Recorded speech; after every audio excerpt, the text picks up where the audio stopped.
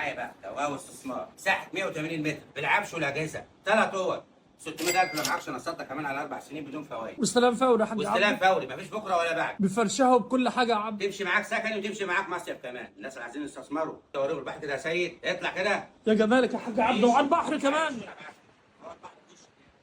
صلى على النبي يا حاج عبده، ده بانوراما بحر يا حاج عبده. ايوه يا ابني، من اجمل شيء هو صلاه النبي. صلوا على النبي كتير عليه الصلاه اذكروا الله والسلام. سبحانه وتعالى. شيروا الفيديو يا جماعه عشان نوصل لكل الناس اللي عايزين يستثمروا ويحافظوا على قيمه فلوسهم. الشقه هنا متاجر ب 1000 جنيه، يعني ب 30,000 جنيه. انا عن نفسي لو جاي اقدر لما الاقي مكان نظيف هأجر. طب يا حاج عبده، لو انا اشتغلت معاكم واخدت الشقه وحبيت اجرها، امين؟ من خلال الشركه يا سيد.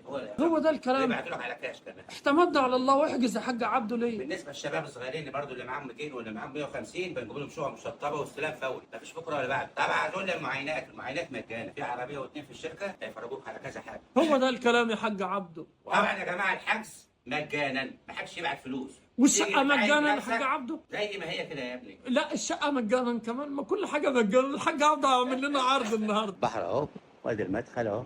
دي الواجهه يا جماعه، كل كبيره وصغيره، كاميرات مراقبه كمان. واوريكم الاسانسير واتحاد ملاك.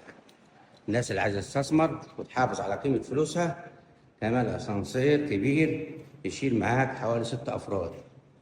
سرع معاكم كل كبيره وصغيره اوريكم، علشان الناس اللي متابعانا وعايشه بره كل كبيره وصغيره وراها. السلام عليكم ورحمه الله وبركاته. اللهم صل وبارك على سيدنا محمد السلام. من اجمل شيء هو صلاه النبي. عيشوا وعيشونا معاكم. من اجمل شيء هو صلاه النبي. بصوا الحاجات اللي زي دي يا جماعه ما بتقعدش. ليه؟ مساحه كبيره، مفروش فرش جديد محدش نام عليه. والميزه كمان ان انا بستلم فوري، مفيش بكره ولا بعده. الغرفه دي كمان شايفه البحر. جماعه بالنسبه للاستلام فوري، مفيش بكره ولا بعده. من اجمل شيء هو صلاه النبي. نفسك في شقه زي دي؟ صلي على النبي يا اخي، مش هتخسر حاجه.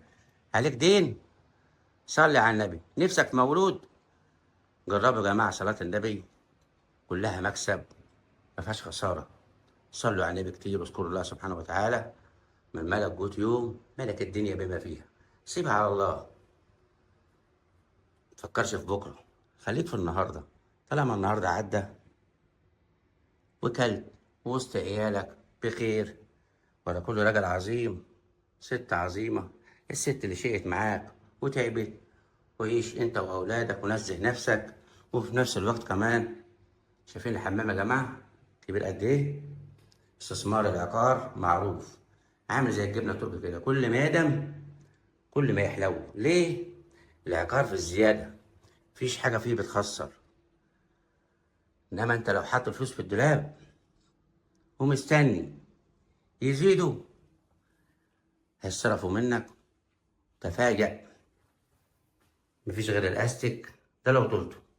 انما لو حطهم في عقار انت كده في الامان وفي الزياده، ومحافظ على قيمه فلوسك. وفي نفس الوقت لو عايز تبيع بتكسب من 100 ل 150 الف جنيه في خلال شهر او شهرين.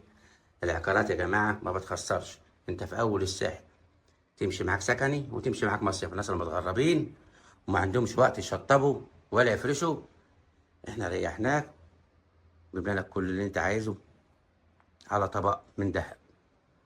يا ريت تشيروا الفيديو يا جماعه عشان يوصل لكل الناس. والدل على خيري كفاعله. عندنا شقق ياما والمعينات كمان مجانا، وانت قاعد على الركنه كده جايب البحر كله. يعني حاجه تريح الاعصاب. كل اللي هتجيب كرسيين كده وتقعد في البراندا وتشغل ست ام كلثوم تقول خدني في حنانك خدني علي الوجود وبعدني، بس ما تبعدش يا سيد. يا جماعه الحياه حلوه، عشوها بالطول والعرض. اشوفكم على خير في فيديو جديد. تحياتي محمد عبده، والسلام عليكم ورحمه الله وبركاته. تزورونا كل يوم في جديد ان شاء الله.